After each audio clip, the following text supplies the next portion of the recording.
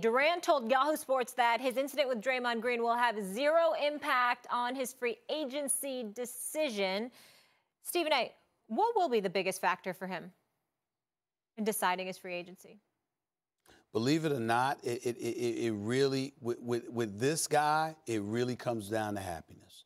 And I say that, and that's a very generic statement to give out, I know. But in some instances, okay, what's the best situation to win? Well, he's already in that.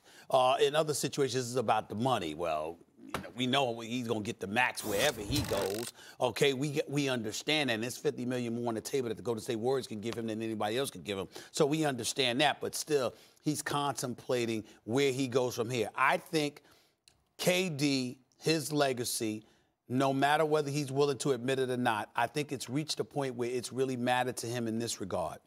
You are about to be a three-time champion, quite possibly a three-time NBA Finals MVP when this season is over. You're playing with the best shooting backcourt we've ever seen in our lifetime, the greatest shooter we've ever seen in our lifetime in Steph Curry. And you love the way the brand of basketball. And you're still thinking about leaving. Why? There can only be one reason.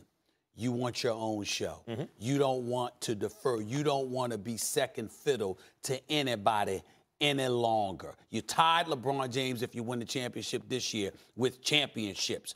But still in all, in Golden State, you'll never be bigger than Steph Curry. You'll never, because you came there via trade. This guy was drafted. He's homegrown. They love him. He's family. It will always be. Steph Curry is the Derek Jeter.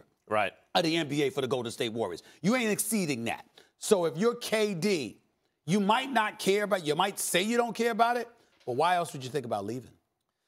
Listen, the number one factor, the question is what will be the biggest factor in determining his free agency? And what we find out in terms of the shamelessness of players nowadays, wherever he thinks he can win the most, where it can be his team. So, does he go meet LeBron in L.A.? Well, then he's LeBron saying, come here, KD, and he's going, I don't think that's that likely. Does he go to the Clippers? Maybe if Kawhi would meet him there, but then whose team is it? Does he go to the Knicks? Maybe not if Kyrie beats him to it, because maybe he would feel a certain way about that, right? I actually think when I look around, here's how he stays in Golden State. If they lose the title this year, if they don't win a championship, and then Golden State says, watch this, see you later, Draymond, then he may feel there's unfinished business. They try to accommodate him with Draymond. The reality will set in that wherever he goes, he needs to play with another MVP caliber player if he wants to continue to win championships. He stays put. Otherwise, I think even a place like Boston could be, he's going to look for the scenario where he will be recognized as the best player to be his team. And he can win championships. Well, first of all, I don't think it'll be his team even if he went to Boston if Kyrie stays there. Right. But if Kyrie leaves. Yeah. That's number one. Number two, I say happiness for a reason. You're a three-time champion.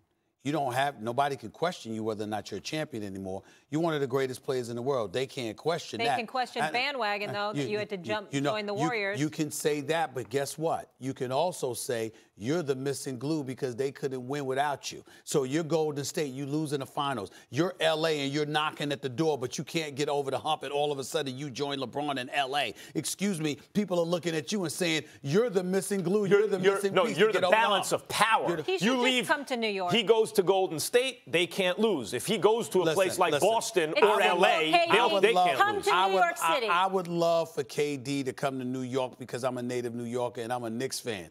Would I be upset if he ended up in Southern California? Oh, here we go. It wouldn't bother me. I mean, it would be a crime.